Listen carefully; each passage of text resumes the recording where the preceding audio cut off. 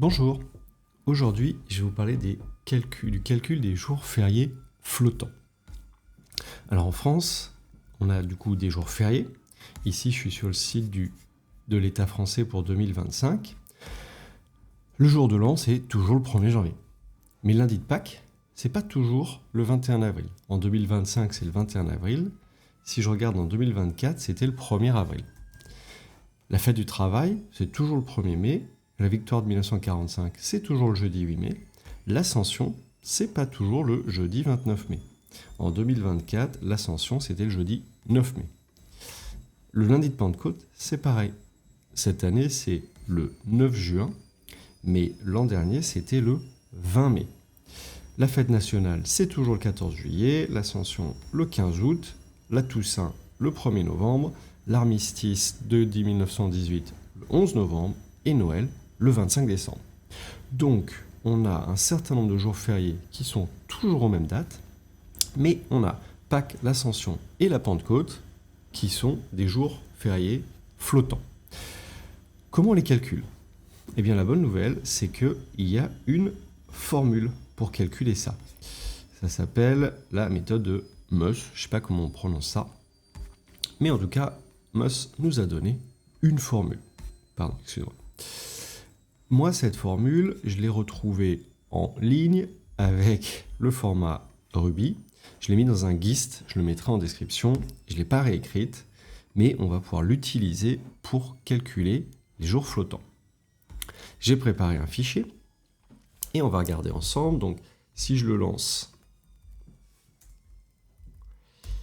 pour le moment, j'ai rien, mais on va calculer pour 2025 et ensuite pour 2024 ces dates. Et puis on va les comparer avec le calendrier officiel. Du coup, première chose que je vais faire, c'est calculer Computus.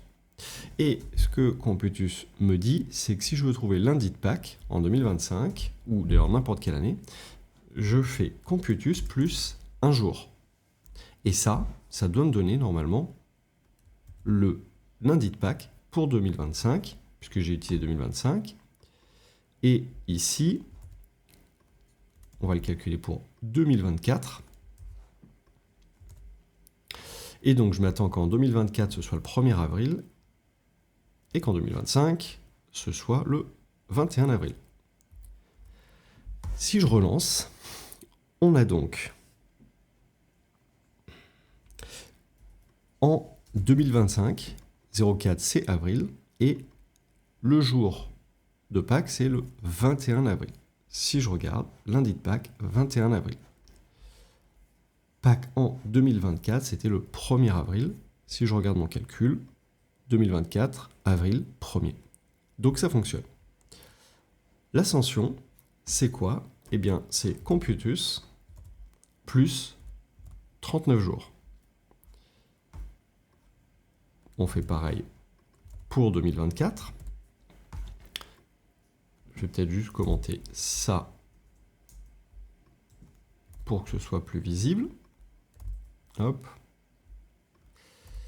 Cette fois-ci, je calcule. On trouve janvier, février, mars, avril, mai. 05, c'est mai. 29.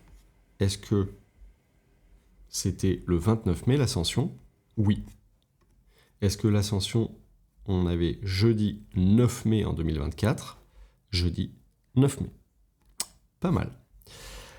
Dernier calcul qu'on va faire, c'est la Pentecôte. La Pentecôte, c'est Computus, plus 50. Hop, allez, je vais tous me les remettre. Computus plus 50.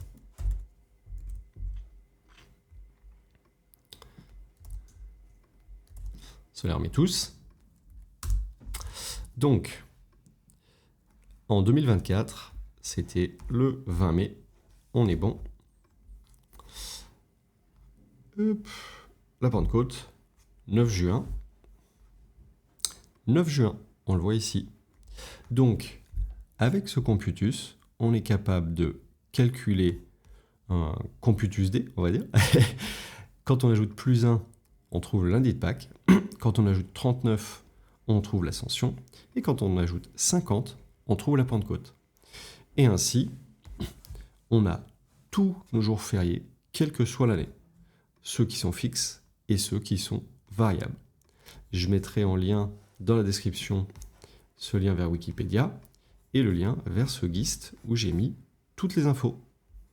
Et j'espère que ça vous a plu. Continuez à me suivre sur Cocoricodo et à bientôt.